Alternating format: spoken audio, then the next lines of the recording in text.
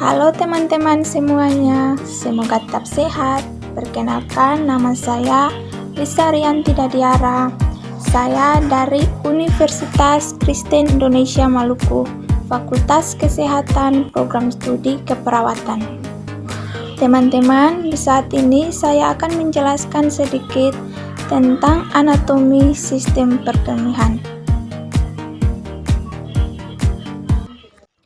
Seperti gambar yang sudah tertera di layar, tubuh manusia yaitu sistem perkemihan. Sistem anatomi perkemihan.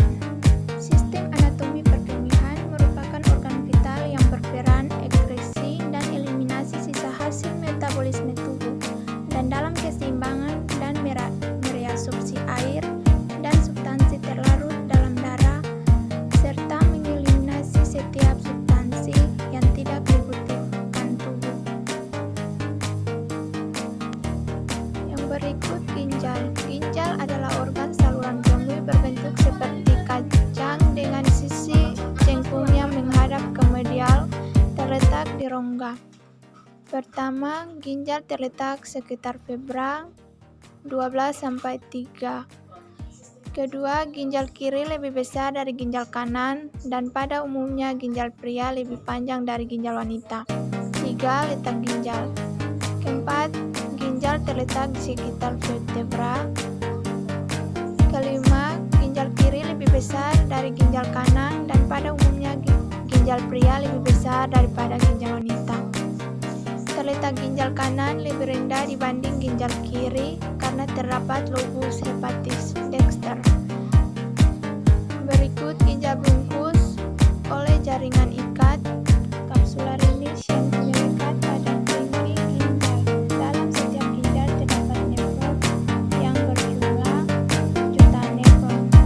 Berikut ginjal terbagi menjadi dua bagian, yaitu pertama korteks. Terletak superficial yang terdapat berjuta-juta nefron-nefron adalah unit terkecil dari ginjal. Kedua, medula. Medula terletak legi profundus. Banyak terdapat ductuli atas saluran kecil yang mengalirkan ultrafiltrasi urin. Berikut adalah fungsi sistem perkemihan. Pertama, meregulasi volume darah dan tekanan darah dengan mengeluarkan sejumlah cairan ke dalam urin dan melepaskan eritropoietin serta melepaskan renin. Kedua, menstabilkan pH darah dengan mengontrol jumlah keluarnya ion hidrogen dengan ion karbonat ke dalam urin. Ketiga, menghemat pengeluaran nutrisi saat pembuangan nitrogen. Keempat, membantu hepar untuk mendetoksikan racun selama kelaparan, diaminasi asam amino yang dapat merusak jaringan. Yang berikut fungsi ginjal. Pertama, mengatur volume air tubuh. Ketika tubuh mengalami kelebihan cairan, maka ginjal akan mengekskresikan cairan, dan pada kondisi kekurangan cairan, membuat ginjal berusaha mempertahankan jumlah air sehingga konsentrasi air lebih pekat. Kedua, mengatur keseimbangan osmotik dan ion. Fungsi ini terjadi dalam plasma bila terjadi pemasukan dan pengeluaran ion yang abnormal. Tiga, mengatur keseimbangan asam basa. Ginjal akan mengekskresikan urin sesuai perubahan pH darah. pH urin bervariasi antara 4,8 sampai 7,5. Keempat, mengekskresi sisa metabolisme. Sisa metabolisme ginjal terdiri urin, asam urat, dan kreatinin. Bahan-bahan yang diekskresikan ginjal antara lain obat-obatan, hasil metabolisme, dan bahan kimia asing. Yang kelima, produk hormonal. Ginjal membantu proses pembentukan sel darah merah. Dan yang terakhir, produk hormonal yang tekanan darah. Ginjal mengekskresi hormon dan mengatur tekanan darah. Kedua adalah ureter. Ureter adalah organ yang berbentuk tabung kecil yang berfungsi mengalirkan urin dari ginjal ke kandung kemih. Poin pertama adalah setiap ureter pada organ dewasa memiliki panjang 20-30 cm dengan diameter 1,7 cm. Yang kedua, ureter terletak di sekitar organ-organ di perut dan pinggul.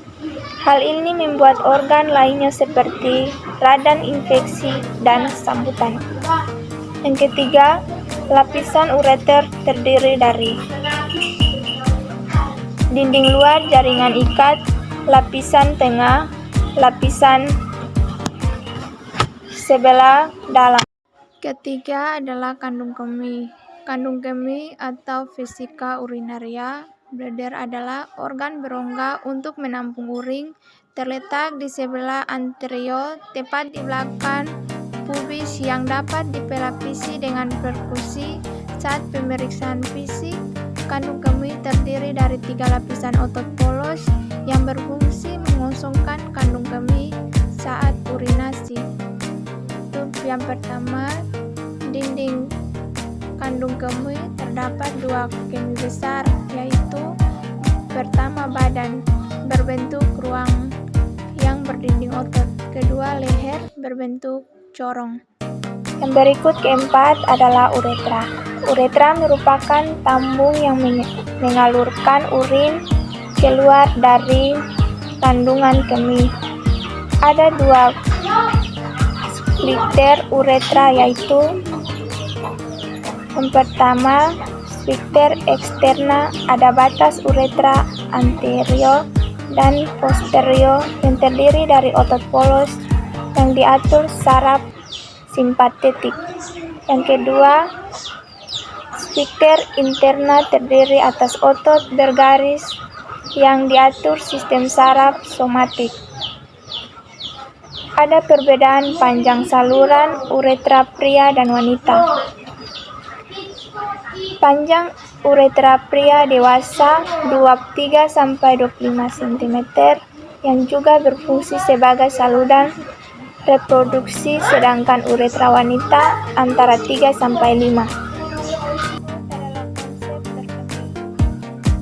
Ada 4 poin yang terdapat pada konsep berkemih. Yang pertama, urin. Yang kedua, karakteristik urin. Yang ketiga, pembentukan urin. Dan yang keempat, proses berkemih. Yang berikut, 1. Urin.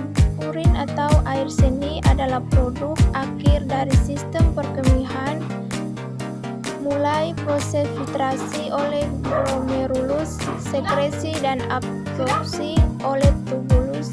Urin terkonsentrasi mengandung sedikit air dan produk sisa metabolisme untuk dikeluarkan dari tubuh.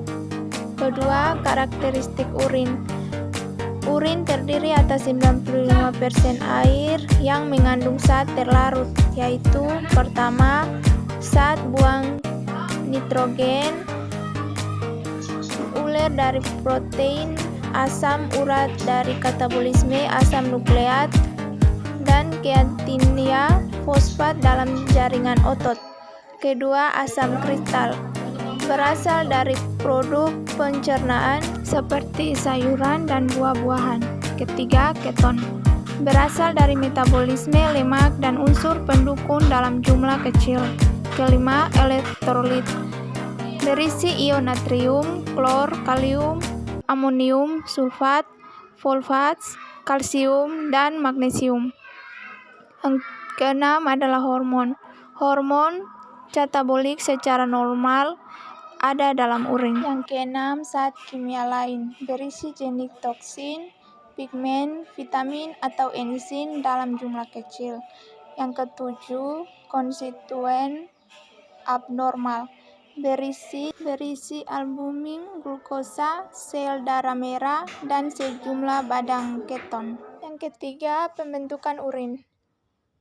Pembentukan urin terdiri dari 3 tahap, yaitu pertama, filtrasi atau penyerapan kembali, yang kedua, reabsorpsi atau penyerapan kembali, dan yang ketiga, argumentasi sekresi atau pengumpulan. Pertama, proses filtrasi. Pembentukan urin dimulai dari ginjal, tekanan darah, dan mendorong darah dari anterenalis melalui membran filtrasi. Darah difiltrasi, glomerulus akan menyaring air, garam, glukosa, garam aminio, urea, dan zat lainnya ke kapsula bronk. Hasil filtrasi di glomerulus disebut urin primer, kemudian dialirkan ke tubulus ginjal. Berikut yang kedua adalah proses reabsorpsi. Setelah itu air bergerak melalui proses osmosis, yaitu pergerakan air dari konsentrasi dari tinggi ke konsentrasi rendah. Hasil dari proses ini adalah urin sekunder. Semua glukosa dalam darah yang melewati ginjal umumnya akan diserap kembali, namun pada pasien dengan diabetes, glukosa darahnya yang berlebihan akan tetap dalam filtraf atau keluar bersama. Ketiga, proses sekresi. Proses sekresi adalah tahap akhir pembentukan urin. Urin kemudian dialirkan keluar dari tubulus nefron ke ureter dan tersimpan di kandung kemih. Selanjutnya, urin mengalir ke uretra dan akan keluar saat berkemih. Yang berikut keempat, proses berkemih. Proses berkemih adalah siklus pengisian dan pengosongan kandung kemih. Langkah pertama, kandung kemih secara progresif tesis sampai melebihi nilai ambang sekitar 350–500 mili. Otot kandung kemih akan meregang dan mengirim impuls melalui saraf eferen ke medula spinalis. Ketika uretra mengalirkan urin, mengaktifkan refleks kontraksi kandung kemih sehingga stigfer eksternal dan uretra akan berelaksasi dan urin dapat keluar. Demikian sistem perkemihan di hari ini. Semoga bermanfaat. Sekian dan terima kasih.